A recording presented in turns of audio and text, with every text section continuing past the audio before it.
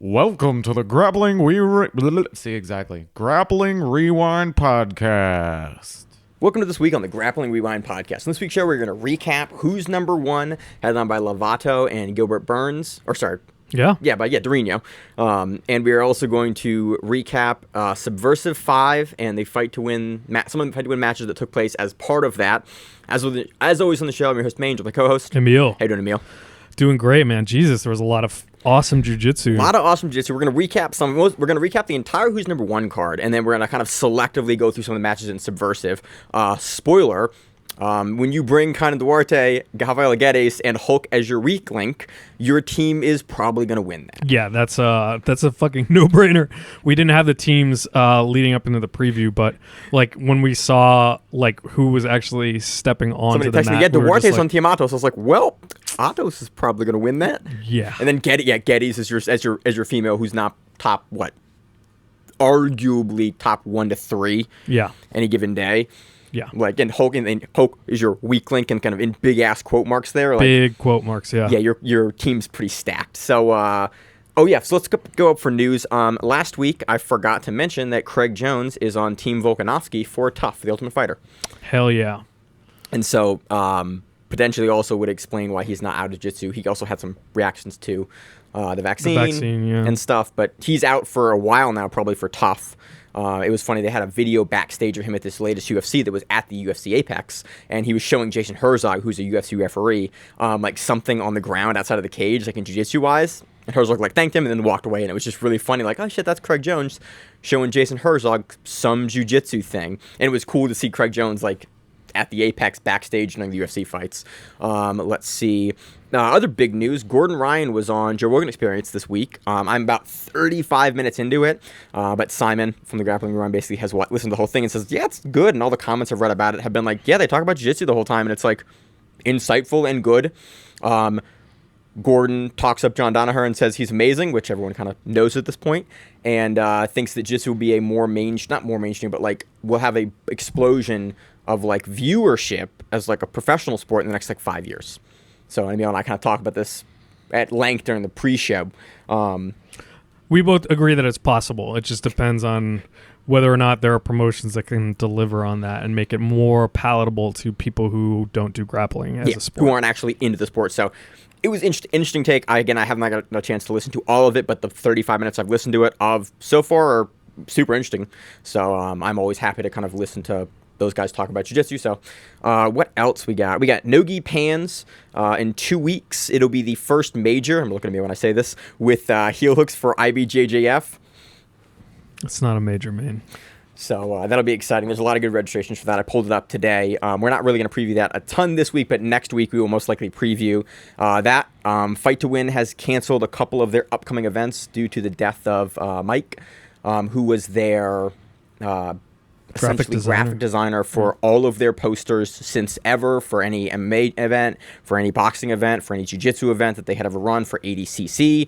He was the graphic designer for that promotion and anything that Seth Daniels ran.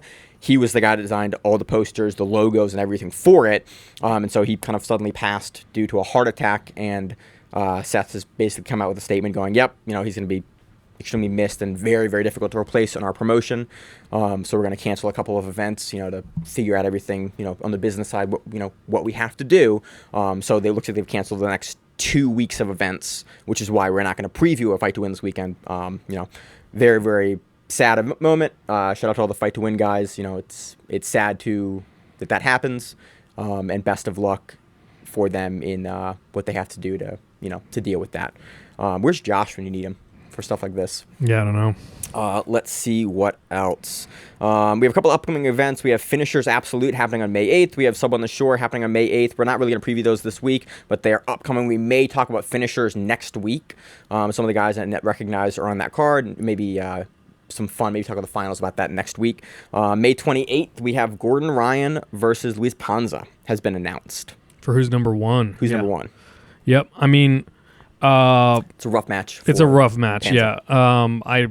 I'm not anticipating surprises in the results there, but I will say if they fill the rest of the card like the one that we just saw, I will be very stoked to watch that. Yeah, this card was great top to bottom. A couple of matches were a little slower, but the majority of the 8 matches on the card were just like, I think 2 of them are arguments for rewind recommend matches. Yep. Which is crazy in an 8-fight card. You have 2 matches that are potentially going to be on a top 10 list for the year, for me at least. Happening on May 28th is the Spider Colored Belt Invitational. Cool. I always love watching that, so that'll happen as well. Other than that, that's all I got for news. You want to move into the Who's recaps for who's number one? Yeah, let's do it. Let's do it. So as Maine said, I want to start off by saying I have a rewind recommends match. We'll get to it in the order, but definitely an awesome card all around. Lots of really, really great fights. Headlined by Durino Gilbert Burns defeating Rafael Lovato Jr. via decision. This match... And by the way, I'm also going to start off by saying I was wrong about a lot of these matches, Maine. But, hey, it's cool. I like being surprised. I was delighted by the surprises that we got here. So being wrong, because sometimes being wrong is great. Sometimes it's surprising, and it's hilarious. You're like, this is how this match is going to go, and then you watch it, and you're like, that's not how it went. Or that way. Or like, oh, this guy shows that he has all of these new skills and tools that he didn't have 6 months ago. That's like, exactly. Oh shit. That's exactly it. Yeah, both. We saw some new stuff from people, which is always both Ruotolo brothers. So where do you want to start with this? There's a lot of great matches. Start at the top. We'll start with Durino defeating Rafael Lovato Jr. A lot of tentative knee cut passing for a little while from Durino. A lot of clock watching. A lot of clock watching. This was the first match that I watched because I watched after they happened, and I was a little worried. I was like, oh man, how's the rest of the card going to go? But even this match surprised me towards the end. And even in the beginning, or I would say about halfway through, Rafael goes to reverse de la Hiva and gets an awesome omoplata attempt on Durino. Really, really slick. It was no-gi, though, so I went, it's Tye Lovato's crafty, but is he no-gi omoplata crafty? And then Durino was just like, nah. And he yanked his Durino was like, out. these aren't real in no-gi, and then pulls his arm out. Yeah, but it was a very cool setup. And then towards the end of the match, what I think sealed the match for Durino hits an awesome pass. So what he does is he starts pressure passing to the goofy side, and to the goose over skateboarding. Yeah, I mean, I'm just gonna say that because he's passing to the side that traditionally people don't pass towards, or I would say less skilled people will only pass to their dominant side. Yeah. And so Durino gets Rafael to commit to kind of like angling and resting on one hip to get his guard in place, and then he just jumps over. It's a slick jump straight into a pass. We're seeing more of that. We saw that a couple times on the card, like both Ruotolo brothers. Like that jumping style of passing in no-gi has really come to prominence, where it's not just something people kind of bullshit with anymore. It's actually an effective way to kind of pass the guard. It makes sense. I mean, because without gi grips, it's hard to crush people. Yeah. In no-gi. And do like a crushing guard pass. And a lot of the threats of the leg locks don't go away with the crushing pass unless you're really able to flatten them and crush. It's hard to get that level of pressure on someone without some sort of other way to grip them to pull their shoulders down. So Durino jumps into the pass, and Lovato Granby rolls, and Durino just beats him to the punch in the coolest way, which is he doesn't leap over the back to take the back. He does kind of like I don't know how to describe it, but he basically swings around on the mat.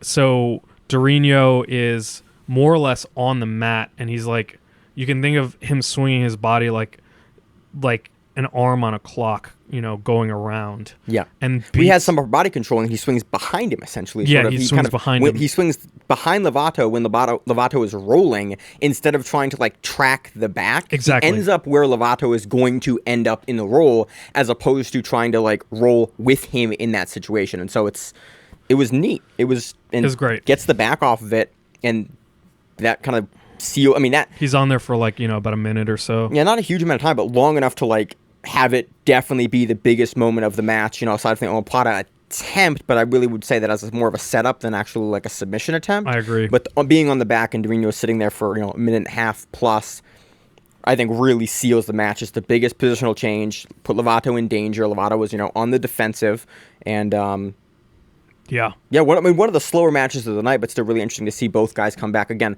I talked about this in the lead up to the match. I was very happy with the matchmaking here, where it's like both guys. Lovato has come back into jiu-jitsu in a much bigger way. Durino has not come back into jiu-jitsu as much, and so it is a match I was happy to see because you're not throwing both those against like the best guys in the world in jiu-jitsu currently, because it's Lovato isn't kind of ramped up to facing guys like Hulk yet, and so giving them a better on ramp back into like competition was good. It's also fun to see Durino at 185. Yeah, dude is looking thick. Yep, I was very surprised about like how big Durino. I think it was 205. Was it was it light heavyweight? I think it was 205. Okay. Yeah. Durino is at 170 now, so it makes sense that he's walking around much heavier. I was surprised. I think this is by far the biggest I've ever seen Durino, or at least definitely the biggest we've ever covered him. I think the last match was the Tommy Langer match at Polaris. That probably wouldn't have been any higher than 85. So yeah, it was cool to see Durino like be able to competitive with Lovato at 205 and get that pass done. And then after the match, actually, Gordon Ryan was on the mat, and he was showing Durino something. Somebody caught a really quick clip of it, of like Gordon Ryan just like working with Durino on something. It looks sort of like a leg weave variation, like a pass variation. I just caught a quick clip of it. I thought it was really cool. I was like, oh, look at that. Like, Gordon Ryan is showing Durino something. Like, that's a cool meeting of the minds and like a generational gap there in fighters. So yeah. That was super neat. So, yeah, where I was dead wrong was... I thought that Lovato's guard would kind of shut down Durino, but Durino, I think at the end, just had that amazing explosive. I thought the same thing was going to happen. Yeah. I thought that Lovato would be a little more active from the guard. I was kind of surprised at the pace that Lovato kind of put into the guard, and then Durino did a really good job of keeping his dig, never letting Lovato start to like open up and get onto the offensive in a really demonstrable way, shutting that down, and then when he was ready to go, leaping into his explosive stuff. And it was just interesting to see him come back from MMA and that sort of be the route that he decided to take in those matches, because we've seen Durino before really put like heavy pressure from the beginning and like attack up throughout matches. So it was cool to see him kind of take a low back approach. Even his fight with Usman, like he took a really quick and approach at the beginning of the match. In this match, he had a slower approach and lead up that eventually led him in the final minutes of the match getting, the point scored essentially and winning. So let's talk about Tye Ruotolo defeating William Tackett via decision. Props to Tackett, first of all, taking the match on, I think 7 or 5 days. I thought the broadcast said he both. Said 4. Might have been 4 days. A couple of days notice, because Craig Jones pulled out due to the medical issue and being on tough. And he's like, Tackett's like, yeah, I'll face Ruotolo. Like, you're like, oh, that's gangster as shit. Good for you. Both guys are ranked. I think, is Ruotolo ranked at 85 now? He should be after this win. Dude was looking swole as shit. He's put on a bunch of arm mass, which kind of scared me. Yeah. I mean, this is... So, I previewed this with Craig Jones, and I was like, I don't know about Tye Ruotolo being able to squash down someone like Craig Jones. I would have said the exact same thing about Tackett. And they said it on the broadcast, and Tye Ruotolo has talked about, they actually share a lot of parallels in their game and how they play, Tackett and Jones. They do, but like towards the end, I think where I was dead wrong was, or would have been if I previewed for Tackett, was I did not anticipate that Ruotolo would be able to compress him in the guard towards the end there. One thing that surprised me the most, like, it wasn't even like a technical thing, it was that Tye can go for surprised me every time I see it. It surprises me. Tye can go for the darces when he is still in your guard. These motherfucking brothers are terrifying with the darce. They're lanky. They lanky. Darce from fucking everywhere. They darce from positions that you can't darce from, but they throw it and they get their arms deep enough where you kind of go. It's dangerous each time. But that's what I'm saying. It's dangerous each time. It's much like, this is one of those attribute things, like we talk about with Gutenberg Parada. Like, he can just do some stuff being so long that other guys kind of can't do in those positions. Like, the Tackett brothers can darce you and set up darces from positions. Ruotolo or Tackett brothers? Sorry, the Ruotolo brothers, not Tackett, but two sets of brothers here. The Ruotolo brothers can set up darces from positions that other people just can't darce. I think they're also honestly just like a attuned to it better. And we'll talk about it more in Kade's match. But Tackett started really this match off really strong, gets an awesome heel hook. They start rolling basically. Tackett has to, Ruotolo has to defend seriously. Oh, yeah. And towards the edge of the mat. But Tye looks calm the whole time. He looks like in his element. Like, you saw him a bunch of times in this match. In the beginning Tackett had a very deep heel hook at the beginning. Tackett came out really heavy and strong. Ruotolo looked composed the entire time, and he wasn't doing something that I thought was interesting. He wasn't immediately trying to get out of the leg hook. You know why? Because he was turning them all into fucking back takes. And towards the end, I think at the 9-minute mark of the match, he has the timing of Tackett's heel hook entry figured out. Even the first one, he turned into a near back take. Yeah, almost like a truck entry, very, very similar to what we saw Felipe Pena hit on Gordon Ryan at Studio 540 off of the heel hook attempt that Ryan hit. The exact same entry, going around the side towards the back, and then looking for the back take off of the leg hook entry. And he does it, I think, 3 or 4 times in this match. Yeah. And it was just really interesting to see him consistently sort of learn the timing of what Tackett was looking for, and then Tackett was getting less and less and less into the leg before Ruotolo could counter it throughout the match. And to watch that series develop for Ruotolo throughout the match was really, really interesting as sort of a counter offense to the heel hook. But in the first section, in that first heel hook that was the deepest for Tackett, to see Ruotolo take his time there, defending it, but also taking his time in the position and setting up a nasty counter. So, and again, another moment Tackett looked really great. He had an awesome body lock takedown. And Tackett's wrestling continues to impress me. Yeah, he's aggressive. We're seeing more of the wrestling up across the sport, honestly, in no-gi. That is sort of, folks are figuring out how to wrestle up from the butterfly guard position and from their back into effective take. We even see Nicky Rod do it.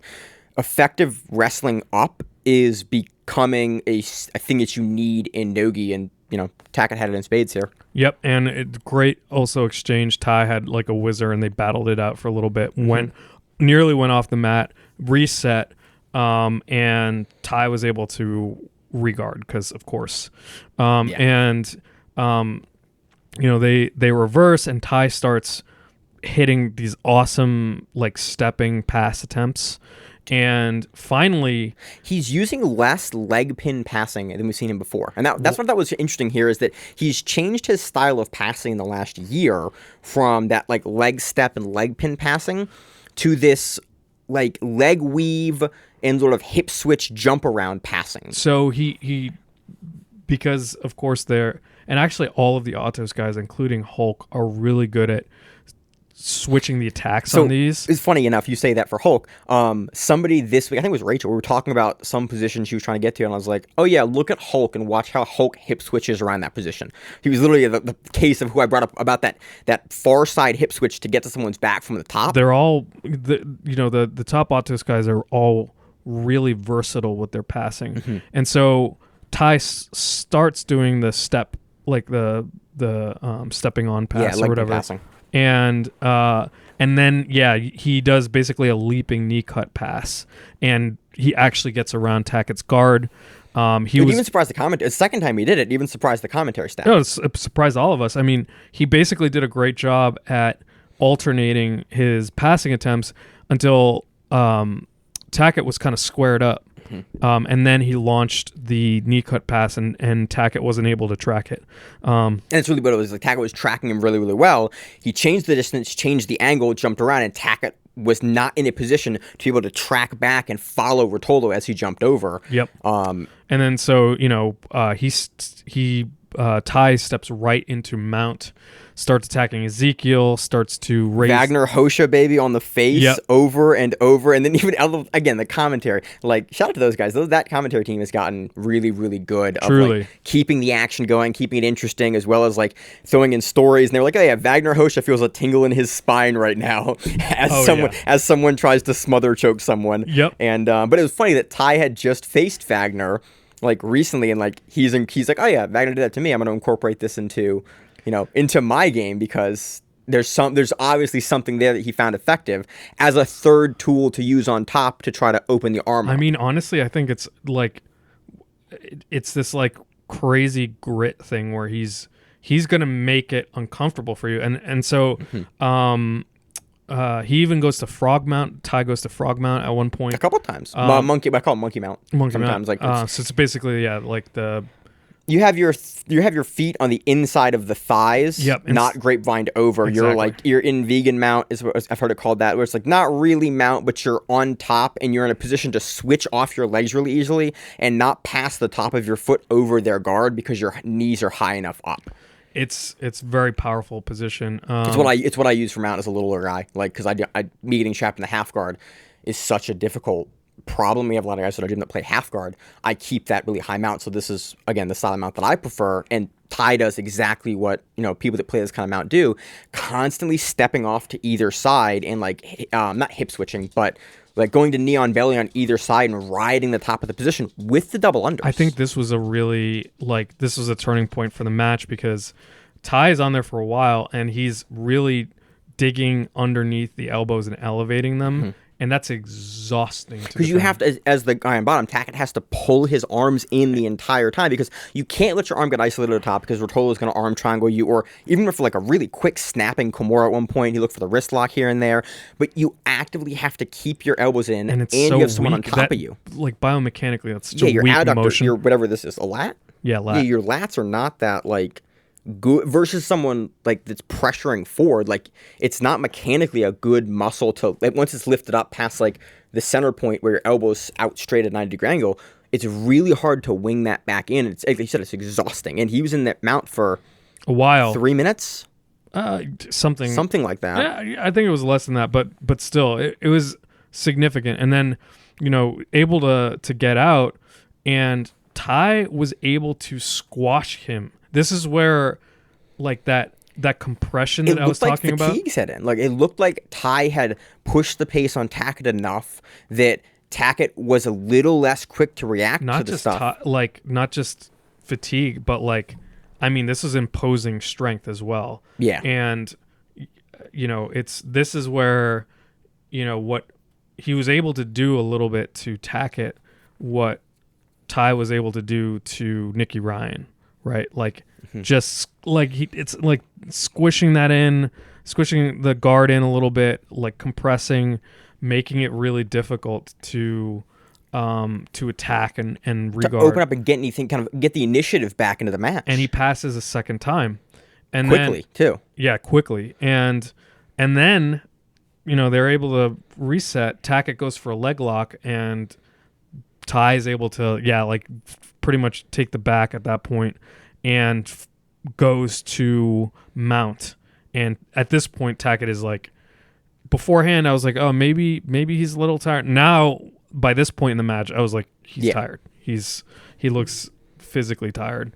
And Tye is isolating arms, doing attacks the whole time and looking totally fresh. Not able to keep that pace that he was keeping throughout the match. And this is a long match. It's a 15-minute match through all 3 periods of the match with no break, and they continue to impose top pressure. It ends in like a leg lock kind of shootout position where nobody really has anything. But it was great. It was pretty clear for. Yeah, it was pretty dominant. It was a very dominant win for Tye Ruotolo at 185. Yeah. Which is. I would not be mad for a rematch with some more time in advance. Yeah. Give Tackett time to prepare for that sort of pace that Ruotolo is going to push. Right. But and props to Tackett for taking the match on short notice. It was still very entertaining, and I learned a lot from it. But we see new folds of Ruotolo's game, which is cool. Like that is always exciting to me when you have a young guy. What is Ruotolo, 18 now? 17? I don't know, dude. Young and continuing to improve. Like again, 2 years ago, guys having trouble with the heel hook at like, I know quotes here, like a basic heel hook. Like now, Tackett is known for heel hook Manuel Hibamar. toe holded Felipe Andrew. Like Tackett is good at a high level with the leg locks, and then Ruotolo was able to counter those leg locks, not just defend it, but to counter and then to put up great top position offense and back offense. Like that's new folds to his game. Again, the ceiling is so high for him. Excited to see who else they put him with at 185, as I assume he's going to stay at 185. Because I mean, hopefully he and Craig meet at some point. Yeah, that's a match I want to see. I mean, after this, that is absolutely a match I want to see, because I think that match is closer than... It might be closer than I thought. Yeah, because I think when the preview I do think Craig is bigger than Tackett, but still, I think Craig is comfortably 205. But with how this match goes, and with the game planning of Andre and like the tape both teams have at each other, like very, very interested in that match, especially if Tackett can pass and get on top with Jones, which I don't know if he can do, but he's going to try. Yeah. And a lot of guys aren't willing to try that versus Jones for good reason, but super amped to see that now. Way more amped than I was, a week ago when he previewed it. I agree. Yep. Yeah. Very good match. Agree. Go back. Definitely watch the match. I came out of this being excited to see all of the above. So, next matchup, we got Nicky Ryan defeating PJ Barch via split decision. Close match. I don't have a whole lot to say on this. There's a lot of pressure passing from PJ. I was anticipating, one of the things I said was like anticipating more explosive leaping passes from PJ. Try to initiate some more scrambles. Didn't see that quite as much. He's kind of tentative for a good portion of the match, and there was only a couple times that I thought Nicky really got on the offensive. He had a couple really good kind of arm crush attempts over to turn him over. He had a couple of good areas where he sort of wrestled Barch up to a single leg. I will say, yeah, we did see some wrestling up from Nicky. We saw some good leg lock attempts from both. Nicky cut down to 175, so he's getting... Was it 175? It was a catch weight. I thought it was 170. It was a catch weight, wasn't it? Yeah. And it's the first time he's had the cut in a while. And it was funny, he's cutting to 175. He's a big dude now, so... that's about all I had to say on that. Yeah, there was a lot less action than I had hoped. I didn't come away having really learned much from either guy, unfortunately, which is a little frustrating for me because, I would learn more. Again, split decision means it was a close match. There's a reasonable argument for either guy to get that. Didn't have a problem with it going to Nicky Ryan. I wouldn't have had a problem with it going to PJ Barch. It was a very close match with not a whole lot of positional change throughout. Again, I was happy and pleased to see Nicky Ryan wrestling up. That's something that he talked about wanting to do more and, wanting to implement more wrestling. PJ Barch is known to be a good wrestler, so it's good to see him able to, get a guy like Barch down. Not able to keep him down, but wrestle up and take him down was a new fold. Again, we haven't seen a lot from Nicky Ryan in the last year, and even the commentary said that. We've only seen him fight Tony Ramos, which was a 30-second heel hook in the last year or so. Good to see him on the stage again, but just didn't learn a whole lot from the match about either guy. Yep. Next up, we have Grace Gundrum defeating Alex Wynn via arm lock. This is fucking crazy. This match was super exciting. Grace looked good. Also, in the post-fight interview, this is the most I've ever heard Grace speak. Yeah, and it surprises me every time. I've never heard Grace speak more than a couple sentences. I agree. The back and forth on this match was outstanding. Lots of positional exchanges, sweeping. There was a double attacks. underpass that Grace hits that I watched this again today before we recorded the show. Grace is in a double underpass, and I was like, look, women's strawweight, that is not a pass that you're gonna hit because they're gonna roll through. They're too flexible, and she's high up on the thighs on it. She's not even under the hips. She lifts up, and then she does magic and goes from double under to an entry into the truck. Yeah, for a rolling back take and attempt. Then rolls into the back take attempt. And I went, I rewatched it twice and went, I'm not going to be able to take a note here that's good enough to explain what I'm seeing on the show other than that is a thing that happened. And it surprised me because I was like, she's not going to get the back take. She's not going to get the under. What's she going to do? I've only seen this before because it was a crazy YouTube move where I was like, okay, yeah, I'm not gonna double unders into a fucking truck roll. Truck. And Grace does it in the middle of a highly competitive match. And Wynn was tough. Yeah. Again, Alex Wynn is not someone we've seen a ton of, not someone we've had a chance to cover. Definitely on my radar here in this match. Super tough. I loved this match. Again, Grace looked phenomenal through the match. Very clearly took the match. Finishes with a sub.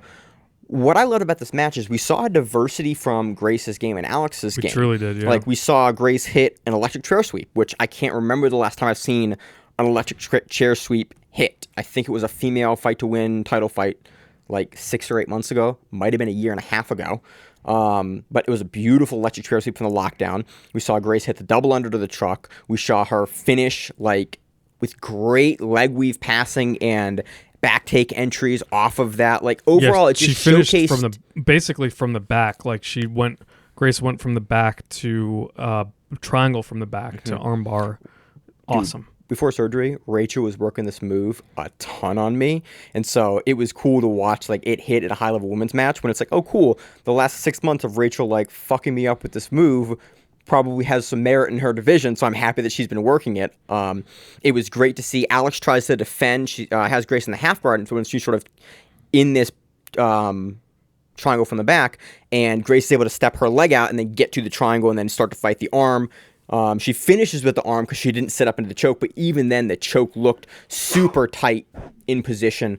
Overall, just a great, like, there's so much that happened in this match, and it was really nice to see the diversity of game from Grace, because typically we've seen a lot of her working on the bottom. It was cool to see her sweeps in action, her defense in action from the bottom as well, and then be able to put offense up from the top and then inevitably finish from the top.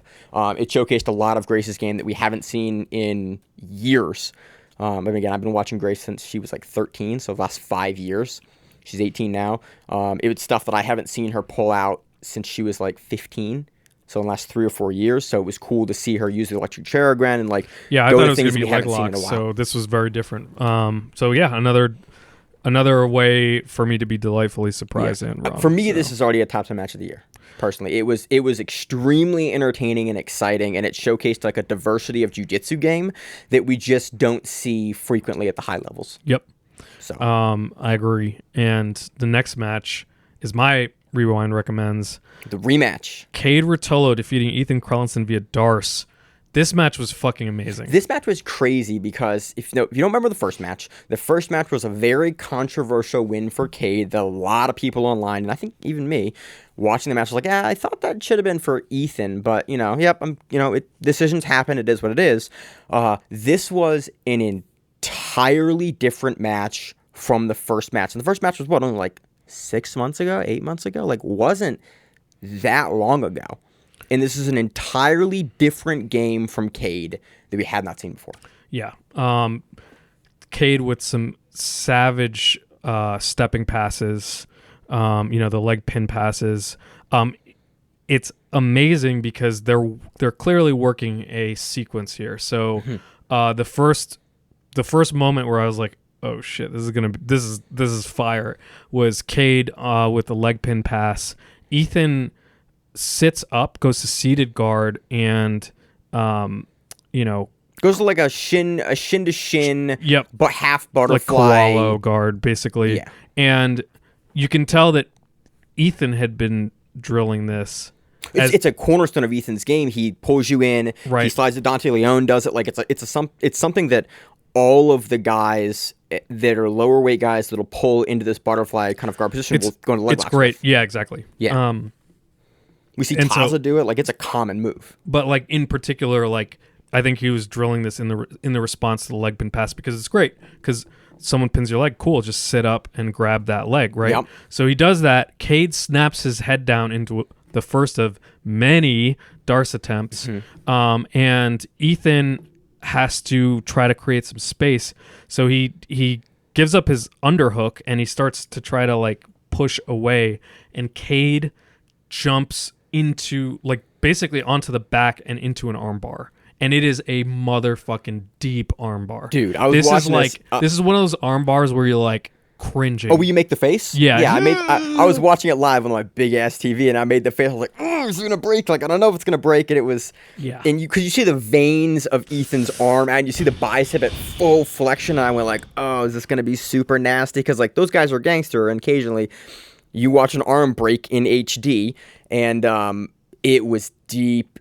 Ethan turns the angle, toughs it out, turns the angle, turns his shoulder up, is able to get his hips up and walk into it and eventually like get out of the armbar. Yeah. Super impressive defense from like toughness and defense. To have the wherewithal that deep in an armbar to continue to fight out and change the angle and the little adjustments of how he bent the wrists on the outside to counter Kade's angle he was putting in order to get his hips back up, to turn into him and walk his body towards him again to stack up. And then, you know, Ethan has some great moments in this match too. It does have elements of great back and forth. Mm-hmm. These guys are going ham. This is a frenetic energy, at no point we were like 90 seconds in and the commentary staff called it out. They're like, yeah, we're a minute and a half into this match and this is already crazy back and forth in action throughout the match. And this is one of the few matches that I was very happy had 15 minutes to work because guys were both pushing the pace the whole way through until the finish at the like end. To the point where this is again one of those matches where it's like I can't walk you through all of the positional exchanges in the match because there were that many. 15 minutes. It was not 15 minutes. It was I can't remember. I want to say it was like maybe 9 minutes or something. Something like that. But like there was a long series of back and forth, great work from both competitors until the finish.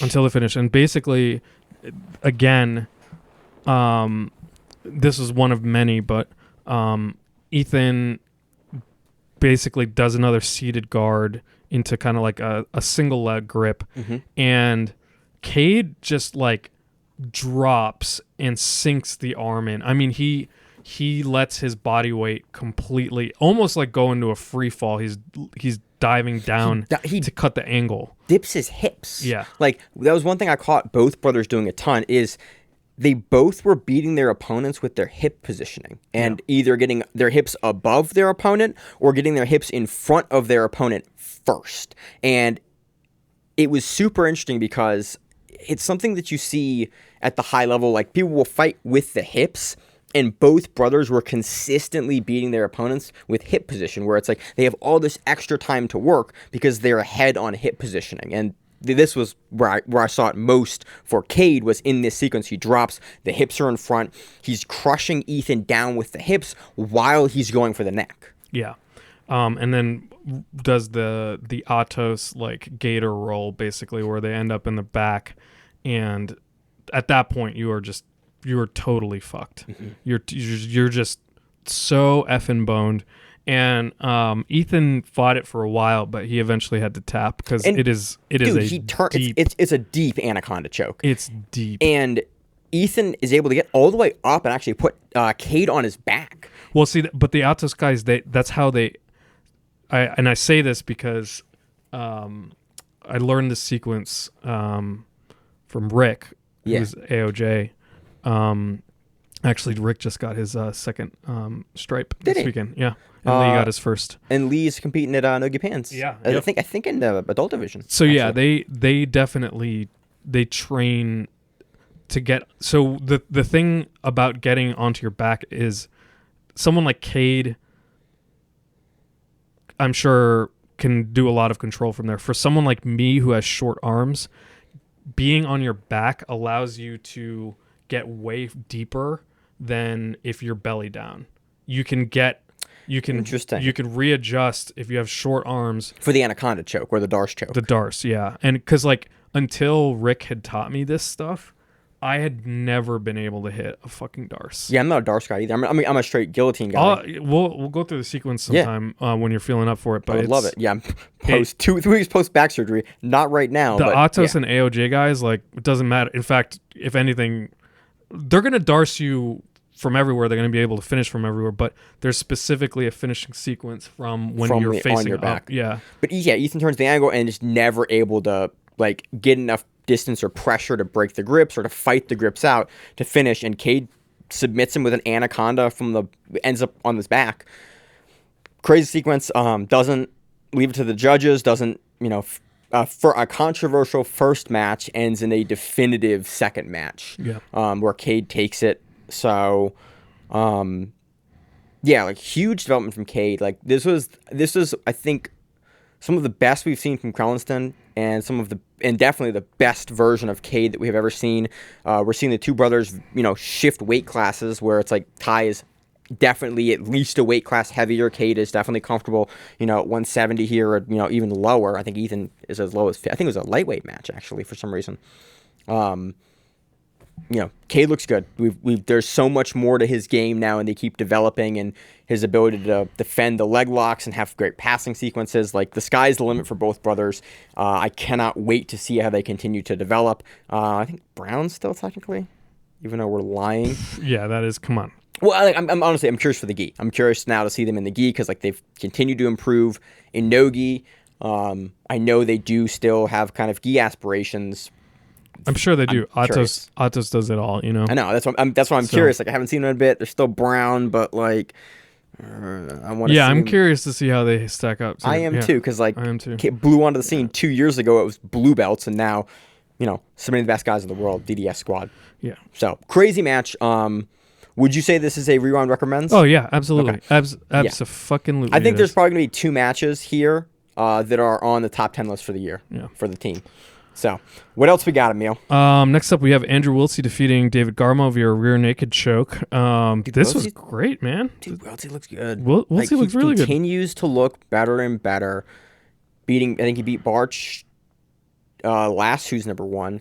And then now with a submission win over David Garmo at 185. Garmo's a guy that's going to put heavy pressure on you, jumping passes, and Wiltsey kind of like deals with it, stays composed throughout the entirety of the match. Wiltsey just slams a butterfly sweep and hits some gorgeous float passing. I love float passing so much. It is visually, like, when someone does it well, it is just one of the coolest fucking things. Because it looks like they're just ahead of you. Like, yeah. You watch, you're like, oh man, there's this guy in the bottom, like, is not gonna be able to stop you. Because like it's constantly them trying to keep you away, and you just being a half step, quarter step, full step ahead, and eventually you just kind of fall into the pass, and you're like, well, there it is. It looks so smooth. And then, basically Wiltsey gets to mount, starts doing kind of like a gift wrap attack, really nice, tight, high tech mount, tight back take, gets the rear naked choke eventually. Just really dominant performance. Yeah, very, very good. I'm very curious to see. I think this is probably going to move him up in the rankings pretty significantly. I think so, yeah. And I'm very curious to see. Dude, 185 is really stacking up to be a very interesting division recently. 185, I mean, as far back as 80, I think 185 was the most interesting ADCC. It's 88, right? Yeah, it's 88. 88 kilograms. Like the approximate, like the guys that fight at 185 are 88 kilogram guys at ADCC. I remember at ADCC, I was like, 88 kilogram was the one where I had the hardest time, like, deciding who was going to take it. And you were like, I looked at the numbers, it was the Niz, and then it was the Niz. Yeah, but it's, I mean, there are a lot of upsets that could have happened in that division, and there's a lot of, again, I think even more so now. Like, there are so many guys. I mean, we have Tackett, we have Wagner, we have Ruotolo, we have Wiltsey. There's so many guys in that mix at 85 that are just Wagner. I said Wagner, yeah. Oh, sorry, Wagner's up at 85 now, but like there's so many guys in that division now, and then you have like Craig, and you have sounds like Niz, Nicky Ryan now. Nicky Ryan almost, yeah, probably honestly for, yeah, probably can't make 77 for this next ADCC. I don't see why he would need. Oh wait, he and Craig are probably not gonna. I don't know. Anyway, yeah. Who knows? It's fun to speculate, but 85 has gotten. It's gotten stacked. It's gotten crazy recently. So. Yeah. Great match to see from Wiltsey. Very curious to see who they'll match him up with. He's part of the Daisy Fresh crew, so they're getting a big push from Flo. Probably going to be on the next one. Wouldn't surprise me. Curious to see who he will be matched up against. Next up, we have Jesse Crane defeating Lawrence Sears via rear naked choke. This is Jesse just hits some crushing half guard passing to mount. This is over the course of many minutes, but it's like, this is that sequence. It's like crushing half guard pass to mount, arm triangle, back take, rear naked choke. We saw that like 3 times this weekend. It was like, that is fundamental jiu-jitsu, which I think, which is why I really enjoyed this Who's Number One event. It was just, it showcased good jiu-jitsu. Of the 8 matches, we had 2 that were a little slower. Next match, we have Hassam Rita versus Stone Climber. Definitely a slower match. Hassam hit some great foot sweeps throughout the match that really seal it, and he was on the initiative the majority of the match. That wins him the decision. But other than those 2 matches, the headliner and the Hassam Rita and Stone Climber match, the rest of the matches were crazy, like, matchups and action-packed sequences. And I think all of those will result in ranking changes aside from the prelim match with Jesse Crane. It was a great event, honestly. I had a great time watching it. I will say I love that, like, the commentary was on point. Their commentary has been just excellent. Howell and Chase Smith do a great job. They're knowledgeable, they throw in information about the grapplers, they kind of go into story time a little bit when it is necessary, but they're right back into the action. It's always context, But that's what I mean. It's always like there is never a point in that commentary team when I listen to them and I'm like, I gotta turn this off or I gotta mute this. It's always providing me information, maybe stuff I know, but they're presenting it, their timing is good, like it is clear, the audio is balanced well, like it's a great event. The mat size is big enough. It looks super professional. We're not having guys that are like at the edge. The resets are done well. The border lines are done well. The refereeing, I think, is done well. I like that they show the audience who the judges are scoring for every 5 minutes for the 15-minute match. Like, I think finding out at 5 minutes and at 10 minutes which way the judges are leaning is interesting. It doesn't really do a whole lot for me as far as how the match is going to be judged at the end, but it is an interesting insight into where they think the match is going. I think it's also good for the competitors to know, like, hey, you're losing this match right now in the eyes of the judges. You're going to have to do more or you're winning. I think the pacing is done well. For as far as the athletes they choose and the matchups they choose, I would love to see the broadcast come down to about 2.5 hours, maybe 3 hours. It is a very long event still, about 4.5 hours end to end for 8 matches. A lot of commercials, which I'm not happy about because I pay for it on a paid service, and a lot of like dead time between matches. I would love to see it cut down. It would be an event I would, love to have folks over at the house to watch. Just with its current format, it runs a bit long. Ending at midnight for me makes it difficult with the pacing. I would love to see it trimmed down by about an hour and a half.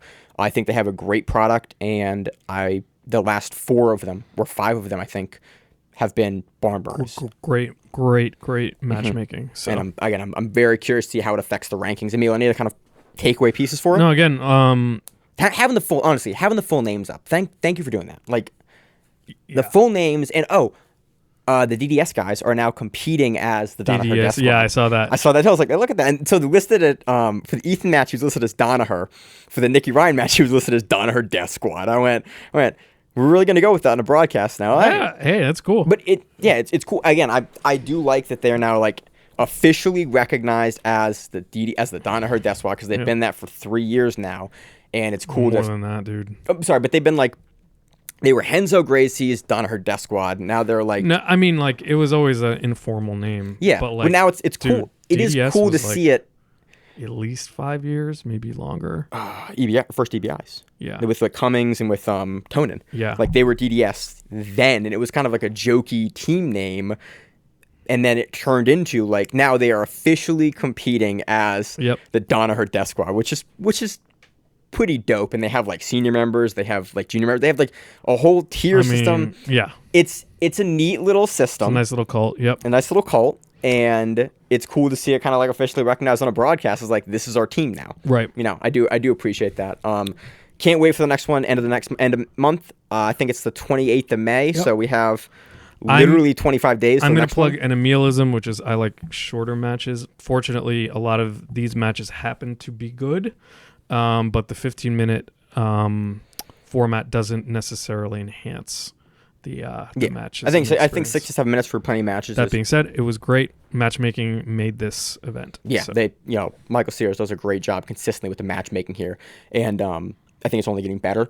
So that's whatever they're doing, I want to see them keep doing it. I have no other piece on who's number one. If you haven't watched it, all the matches are up individually parted out on Flow. I'd recommend going back and watching all of them. There's stuff to take away from all of them, from a matchmaking perspective, from a ranking perspective, from a technique perspective. Let's move into the recap for Subversiv. Let me pull up my results here from, thank you BJJ Heroes for having results that are listed out super easily. I really just want to talk about This where do you want is to start? ridiculous. Where do you want to start, Emil? Well, I'm going to start by reading the team names at least. Okay. Atos, Checkmat, Studio 84, Gracie Baja, Fight Sports, 10th Planet, Danaher Death Squad, Honestly, and American Top Team. super. If you're gonna have 8 teams, These are super reputable teams to have. Like, I'm happy. I'm very, very happy with the quality of guy that they had on this. Yeah. That being said, and this was Team Atos' to lose. well, yeah. Okay. So if all of these different teams fielded their best BJJ players, that's what I want to get to eventually. Yeah. I know that that's not always going to line up. Everyone's got different schedules. Some people are injured, whatever. But the team that Atos fielded is what I want to see other teams field if they can approach it. And the problem is Atos is the best jiu-jitsu gym in the world. Yeah. And if you were to go fighter by fighter and try to match up with them, there's no other team that could field. It has the depth that they have No. in gi and no-gi. Just like there's no other team that has the roster that they consistently can bring to events. So that being said, you have the Atos, yeah. Kainan Duarte, Lucas the Hulk Barbosa, Rafael Geddes. and Rafael Geddes. Yeah, it's fucking stacked. As a jiu-jitsu team, I don't think that there's a single team that has put forward that much talent on one team. I can't think of. One of the quintets was stupid. One of them was like Had Gordon and like 2 other guys. I was like, that's not. yeah, but that's still, it not was fair. still Gordon and and some guys. This is 2 people at the top of their divisions, arguably 3 people at the top. 3 people at the top of their divisions. All three at the top of the divisions. Right. Like Hulk, not as credentialed in no-gi for IBJJF World No-Gi As you titles. said, Hulk in this case is the very heavy quotes weak link here. Right. That which is like ridiculous. Yeah. That is absurd. a guy that in any division that he's in is in the top 1 or 2 forecast to win. Right. Like is on Team Atos. Is going to headline any super fight card. Yeah. That's staggering. That is a staggering amount of talent. And once we saw that, we were like, oh, all right, yeah. This is tough for everyone else. Yeah, that's a team to beat, to put it lightly. Yeah. So what we can do is we can read through the results and talk about like a couple of matches. Yeah, I think along the way. just going through a little couple pieces here and there. It's just so much to cover. I don't think it's going to be entertaining to go through all of it, and it will take an hour and a half. And I just don't think there's merit to do it. So where do you want to start, Emil? we can just be the name guy this week. What's up? You want to be the name guy this week? Yeah. So we'll start at the bottom, I guess, or what, and go up. Let's go. Start at the bottom, go up. Okay. So starting off, we had Team Atos taking on team. So if you're not familiar with Subversiv, what it is a 3-person team. You have your above 180, I think it's heavyweight, and then you have your heavier guy and your lighter guy, and then you have a woman at heavyweight as well, or a heavier woman, and it's the best 2 out of 3. For the first round, everyone has to fight, and then for the second round and for the finals match, it's the best 2 out of 3 essentially. So if you win your first 2 matches, you don't have to go to the third match, and it rotates for who you need to have essentially. So again, you've got to beat 2 of the Atos members to win, and nobody's able to do that because it's Atos. So Atos versus America Top Team. Kainan Duarte defeats Chris Dempsey via inside heel hook. Chris Dempsey honestly looked good for a good portion of this match. He was on the defensive for the entirety of the match, and then kind of towards the end of the match, He just got an outside Senkaku and then eventually got to the inside heel hook. actually it kind of hits 2 heel hooks in this tournament, and I wasn't surprised about it, but we've seen him go for the leg locks more. We've also seen him, I think, submitted by Cyborg at BJJ Bet with heel hooks, so it's something he's obviously drilling and implementing in his competition game, and I'm kind of curious to see how that continues to develop. Yep. Then Rafael Geddes defeats Juliana Fortuna via Anaconda. Hulk defeats Mauricio Gomez via decision, so Atos sweeps and advances. Next up, Fight Sports versus Gracie Baja. We have Kendall Rusing defeating Maggie Grandati via split decision. Jay-Z Cavalcante defeating Saul Vieira,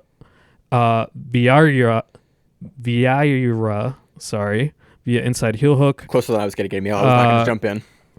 And Joao Costa Arroyo defeating Lucas Norat via decision. So Fight Sports advances via 2-1.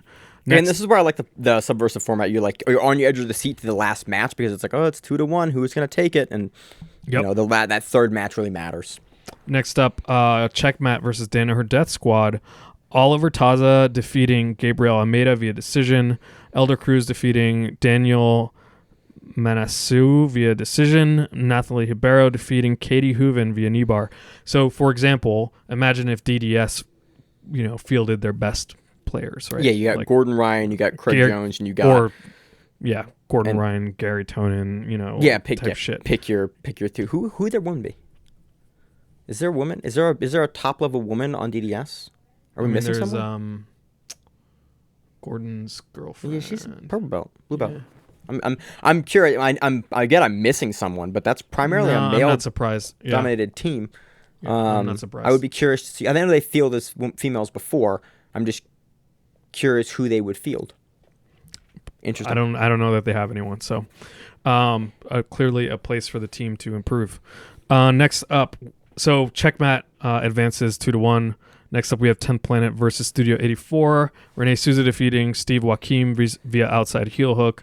Bree Robertson defeating Amanda Leve via decision. And John Combs defeating J.M. Holland via, I think it was an arm triangle from the top in like about 2.5 minutes. So looked really good, looked really dominant, got to the top, and then just was head fighting and then switched over to the side really quickly and finishes a really nice arm triangle in like about 2.5 minutes. So 10th Planet advances. Next, on the semifinals, we have Atos versus Fight Sports. Rafaela Geddes defeats Maggie Grandati via armbar. Dude, this was crazy. She traps both arms. It was that double armbar, and then she switches to the far side armbar when Grandati goes to stack and like slam out. She's unable to slam Geddes out, and Geddes is able to turn up, finish the arm, and in a really crazy like finishing sequence. It's just rare to see that. I'm trying to describe how it is. It was the wrong side armbar switch off of the stack and slam. Really cool to see that. Again, Grandati looked good. Grandati has had a tough run recently. I think these women have met before. I thought Geddes got it done via, I forgot what the last result was, but I think it was a submission as well. It might have been a rear naked choke. But again, I always love these two. I always love seeing these two matched up because they're, again, Maggie's one of the top women at Fight Sports and Geddes is one of the top women at Atos, so it's interesting. And then Kainan Duarte defeats Joao Arroyo via inside heel hook. Again, looking great. Again, Kainan looking like Kainan. I want his very, very white rash guard with the pink on it. It looks super dope. The colors really pop on it. Duarte going to the heel hooks, and they don't have to go to the third match. Hulk doesn't have to compete for this because Atos is up 2-0, and they advance on, defeating Team Fight Sports. Next match, we have Checkmat versus Team 10th Planet. Nathalie Hibero defeating Bree Robertson via split decision. Elder Cruz defeating Renee Souza via decision. So Checkmat advances again. Imagine if 10th Planet fielded their best players. What's up, PJ Barch? Yep. And like who else? Probably Gio or even Keith. Yeah. There's a lot of guys that teams could field there. Yeah. Absolutely. Grace. Wait. We're missing who's that big ass motherfucker? Oh god, why am I blanking on his name? 10th Planet? Yeah, the guy that Gordon keeps was trash talking for a while. That does not narrow the list down at all. Oh god, he was on Quintet. He was really good. Big lanky guy, really like SpongeBob. Boogie? Shit. No. 10th Planet? Fuck, why am I blanking on his name? He won. Did he win EBI? Or he won. He beat.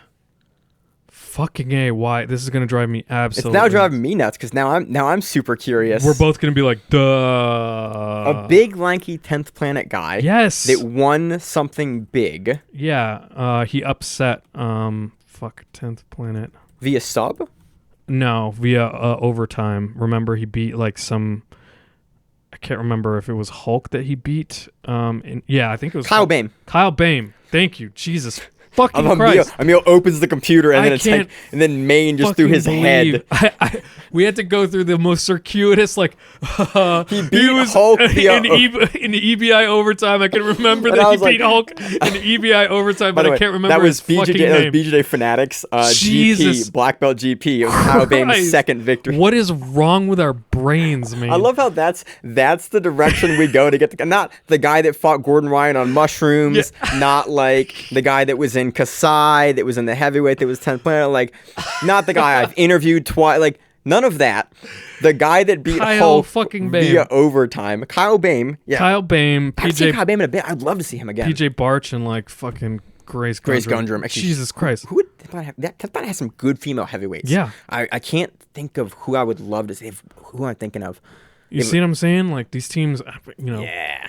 We will get there Again, not again. It's gonna be a I fucking. want to caveat this. I'm not trashing at all the grapplers on the teams No, that no, were no, fielded. no, yeah. But some of these teams have great depth to them at the top levels of the black belt divisions. Right. And those grapplers were absent. Very, very happy with all the grapplers that we saw. Just some of these teams have deep it depth just brackets. it sucks when you have Atos being like, "What's when up?" you field your ADCC champion and then other teams have other champions that are not present. It's just, it just makes you want to see the depth Everybody. from the other team. Yeah. Yep. Yeah. I just want to caveat just to like make sure. just like with fight sports, right? Like Yeah, you know. you have fucking Cyborg. Yeah. Like, bro, Cyborg and Maggie on the same team. That's a crazy story. Right. That is, yeah. Fuck, Right? that would be You know really what I'm saying? cool. How good that would be? You put Durino, Cyborg, and Maggie Grandotti on a squad together. Like, That would be how sick. marketable is that as a story? Like, you got Cyborg, you have his fiance, maybe One day, wife. man. One day we're gonna see these fucking teams go at it Mortal Kombat style, and it's gonna be fucking sick. Anyway, sorry, On to this is the really third- ridiculous. We kind of went on a tangent there. So Third place. Monday Night Emil. Fight Sports versus 10th Planet. JZ Cavalcante defeating Renee Souza via decision. Brie Robertson could not compete due to injury. Yeah, she stepped off the stage wrong and then rolled her and it hurt her ankle. Again, it's a third place match, so essentially Team Fight Sports only has to win one of them because you have someone out with an injury. And again, I understand that, if Brie Robertson, it's not the finals match. Why would you risk a further injury for a third place consolation? It sucks. I understand it, but hope that she heals up well. I think they said she was moving around okay, but just wasn't able to compete due to that. That sucks. I hate seeing people injured. Best of luck on her recovery. Team Fight Sports takes the third place. Atos consolation. versus Checkmat. Hulk defeating Gabriel Almeida via decision, which is interesting because did Gabriel fight before this finals match? Yeah. He fought Okay. he fought twice, I think. Okay.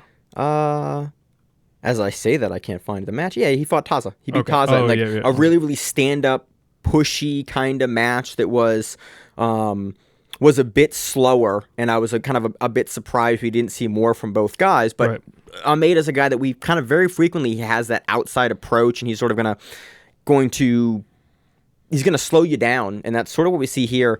Barbosa gets it done just with activity, I think, activity and grit, and just looking for more, really pushing a bigger pace, and he gets a decision as a result of that. And Rafael Aguirre's defeating Nathalie Ribeiro via decision.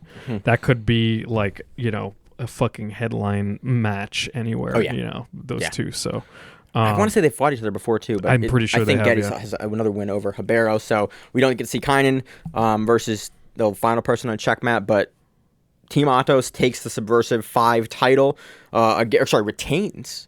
That's the second time Team Atos has won Subversiv. I have a feeling they're going to keep doing it Dude, until... if you keep fielding like Kynan, I can't get over Rafael, that. Hulk, I can't get over that. That is such a baller team. That's Oh bringing my a gun God. to a knife fight. It's a little unfair. Yeah. So again, props to Team Atos, props to those guys. I love to see them compete. I love to see that their biggest guys are jumping into tournaments like this because there's a huge amount of risk in having to take these multiple fights in the tournament and like the format. It's a decision format. Like I just love to see that Atos is fielding these sort of. Honestly, these guys, Atos likes to put it on the line, man. Which is cool, and I appreciate that. Like they've competed in a bunch of Subversives. When it was the 5-man Subversive, we've seen Atos. Like again, I appreciate that. That again, all the teams fielded good teams of people, but Atos just came with one being the best team in the world. Puts it out there with their best people. Yeah. So let's talk about the final match. So we had there were also a bunch of super fights on this. I want to talk about one of the super fights, which was Elizabeth Clay defeating Andressa Sintra via knee bar in the gi. I think it's only the second, maybe the third match we've ever got a chance to cover Elizabeth Clay in the gi as a black belt. I'm sorry, as a grappler, but as a black belt, I know. I think this is only the third match that second match she's taken, maybe third match she's taken in the gi. She is currently the champion, and a huge portion of this match was in the I thought it was gonna be one of those ankle lock matches where you sit in the ankle lock the entire match and you hold. And I was going, oh, don't do this to me. Like, you're both way better than this. You're both world level talent. I want to see you open up. Very early on, I think it was in the first 2 or 3 minutes, they ended up in a minute.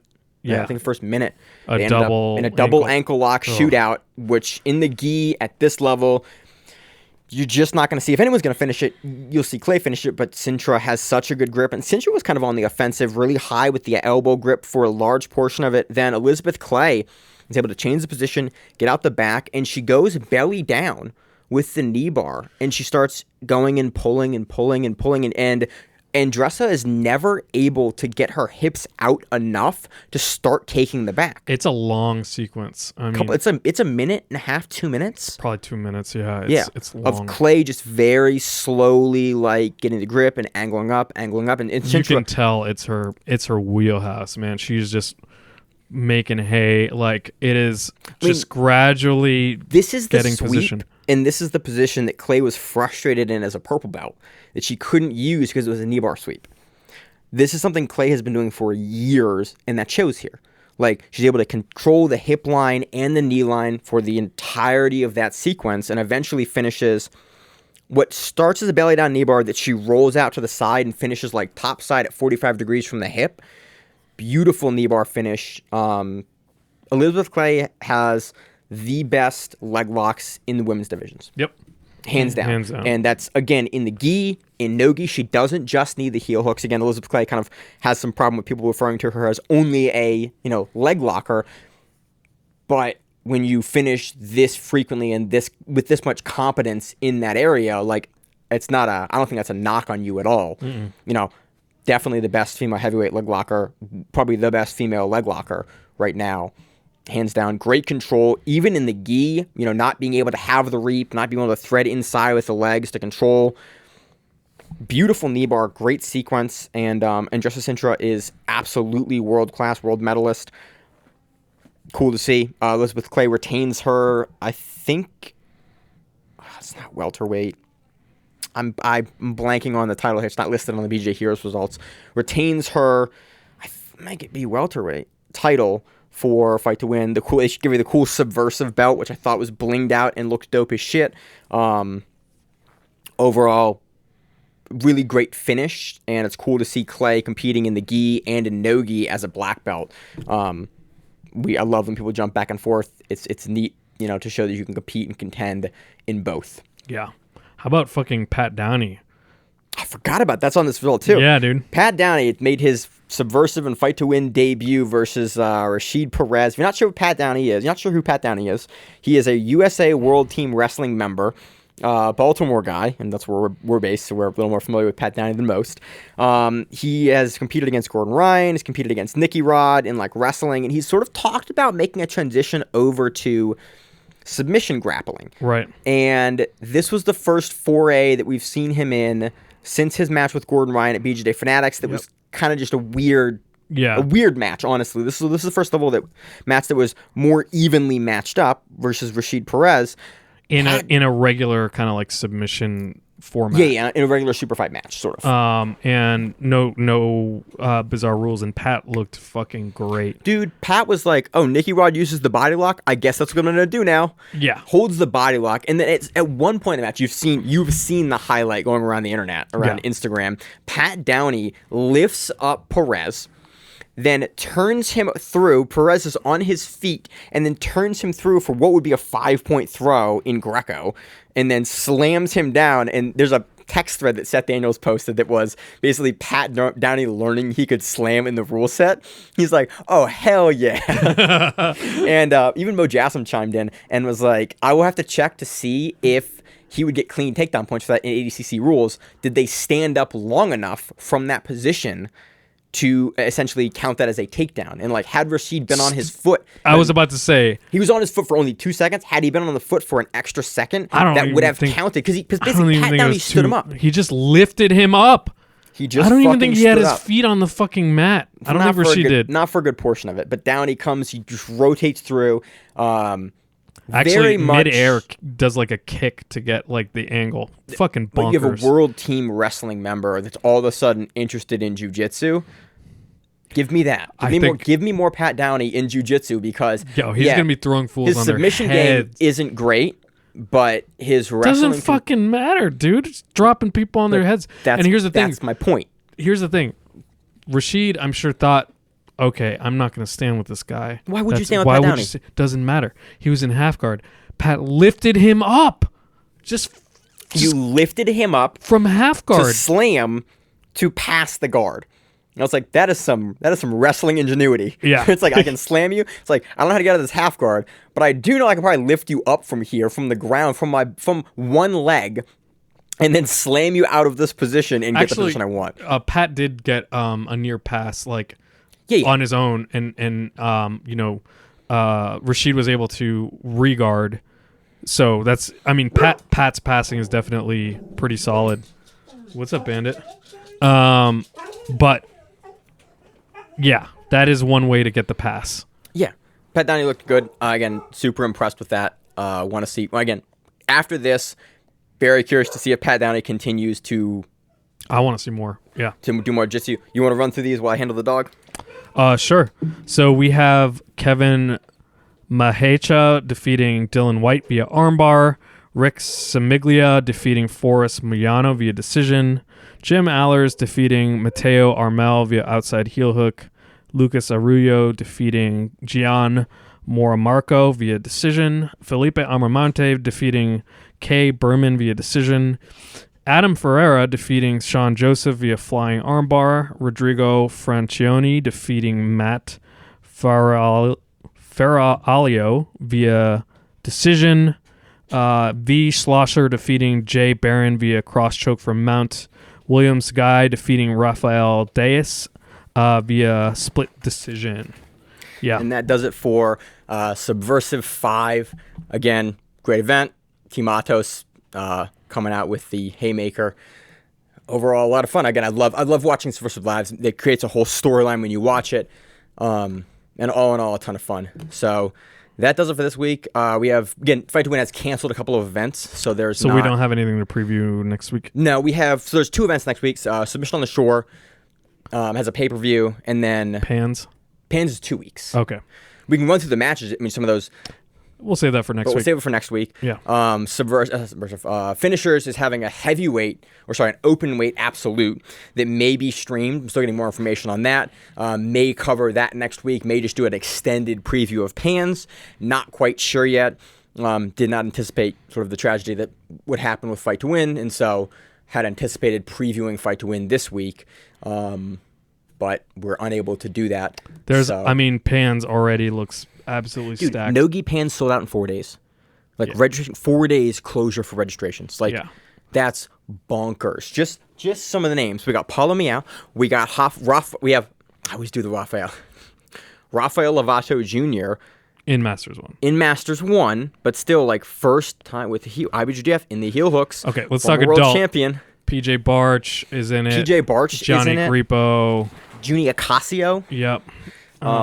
Who else? Dude, it is absolutely stacked. And Lee Rosenfield is in for the Rooster weights. Yeah. Let's see. We have a 25. Josh Cisneros, Kennedy Maciel. Light featherweight is going to be absolutely bonkers. There's a 25-person division. Martin Costella's in there. Mm-hmm. It's just Frank Rosenthal is in there.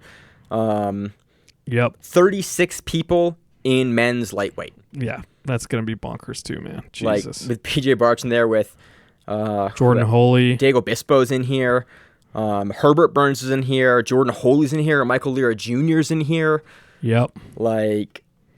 Yeah, it's just Marcio Andre's in here. So we're gonna gonna pull out some of these names for next week, and we'll do an extended preview for Pans next week. Probably force whoever is co-hosting to make some picks with me pick out of a hat, which is always fun, and everyone hates doing it. But overall, looking forward to No-Gi Pans. It should be wild. It'll be the first time that we are covering an IBJJF event with heel hooks. We've talked about it, but it'll be the first time we'll actually cover matches and event and like it in the rule set. We have a lot of guys here that can upset with heel hooks that previously I wouldn't give a chance to, but were less adept for the IBJJF rules at the black belt level. Ooh, Renato Canuto. Yes. Yes, David Garmo. I'm keep doing middleweight now. I just keep kind of scrolling through. We have Oliver Taza at middleweight and the kid Galarza at middleweight. Like it's 27 people at medium heavyweight. Again, stacked big bracket. Jamie Canuto, former world champion. Andrew Wiltsey is in there at 85 as well. Vadir Arujo, Baby Monster from Fight Sports, is in there. Again, it's going to be an absolutely bonkers tournament. Hunter Colvin is at men's heavyweight. Again, adept leg lock, break your leg kind of guy, as well as Matt Layton's in heavyweight, super heavyweight. Andrew Kelly's in there. Hassam Rita's in there. Diego Fajeda's in there. Devontae Johnson's in there. And then ultra heavyweight, a division of 8. Overall, it's going to be crazy. We have Tex Johnson in ultra heavyweight. So that's all I got, Emil. Anything else? Women's divisions also look really good too. What? Oh, Hugo Marquez. Victor Hugo is also in ultra heavyweight from Six Blades. Yeah, dude. I missed that. By the way, light featherweight for females has Jessica Khan, Patty Fontes, and Maisa Bastos in it, as well as 2 other women, also from Checkmat and Fight Sports. So something to look forward to. Yeah, we'll very, do more, very excited more for extensive previewing it next week. Yep. What do you got going on this week, Emil? Anything fun? Nah, man, just chilling. Can't complain. That's good. How you doing? How's your back? It's healing up. It's been I'm on a lot of anti-inflammatories, which are actually fixing the pain a little bit. So I'm casually optimistic. I think surgery's on the 14th. So we're what? 17 days, 20 days or so post-surgery. The pain is starting to do. The swelling's coming down. I'm excited. My 30th birthday's in 2 days. Hell yeah, dude. Not doing anything for it. I realized it was May, like yesterday. Yep. I got Pokemon Snap on the 30th. Shit. I have played almost 20 hours of it That's amazing. in 3 days. Wait, what do you have it on? Switch. All right, I need to get this game. Dude, I'm just saying, if you like the first Pokemon Snap, I'm not a big gamer anymore. Put 20 hours into it in 2.5 days, Emil. Oh, till 2 a.m. almost every night, catching the Pokemans. So on board with that. So that's been great. I've also been flying my drone around. That's been great. So yeah, surgery's been pretty great. Now then finally, there's less pain. We're dealing with the pain a little bit. I have an MRI tomorrow to just check to some of the swelling to make sure that it's not an issue, because there's a little bit more swelling than we kind of anticipated, and I was in much more pain than we sort of anticipated post-surgery. But with ibuprofen, I'm being able to deal with the pain, which is unprecedented for me after a couple of years now. So very, very casually optimistic that we're on the right path. Going to finish up the Gordon Ryan on Joe Rogan, every time I'm driving for the next couple of days. And then other than that, next week, I think so next week I will be on the TAD Belligerent, which is my buddy's podcast, which is 3 guys that I've known for years and years. Started a variety show, kind of sportsy podcast, and I'm going to come on and talk UFC 262, which is coming up, which has some... Who's headlining that? That's the lightweight title fight with Michael Chandler and Charles Oliveira. Fuck yeah. Also, Nate Diaz is on it versus Leon Edwards. And somebody else, another really great fight on it. So if you want to hear me talk MMA to guys that peripherally understand MMA, I also want to talk about some variances in how boxing pursing is done versus MMA pursing and the UFC is done. They have a bunch of questions for me because they know I'm the MMA guy of that circle. So I'll preview that card there and then talk more in depth at MMA. If you want to hear a much less structured version of Maine on a podcast. When I'm not on back med drugs, just a regular, it's a much more free-form show than we run. If you want to hear me talk about that, that'll be on probably the show that will come out on May 12th or something like that for their podcast. So I'll plug that next week as well. But it's me talking about MMA, and if you want to hear me speak more, you can find me there. Yeah, that's all I got. Got a big old week of my birthday that I've got absolutely nothing planned for. Probably write some stuff and just generally enjoy my time. Fuck yeah, dude. So, anything? Hit it? That's it. All right. So, as always on the show, I'm your host, Maine, the co-host. Emil. And we are the Grappling Round. To see you on the mats whenever that is. Stay safe. If you like the show, please consider sharing it on Facebook with the folks at your gym. It's the best way that we grow the show, and we really appreciate it. You can reach out to us on email. We also have Instagram. We have Facebook. We have Twitter. We have Google+. Until that shuts down. We have a website. If you have an event you would like to have us cover, please let us know. If you have a name, like most people do, and you'd like to have us stop butchering it, let us know. Reach out to us. The show is also available on YouTube, Spotify, in addition to iTunes and every other podcast service. We very much appreciate your time, and thank you.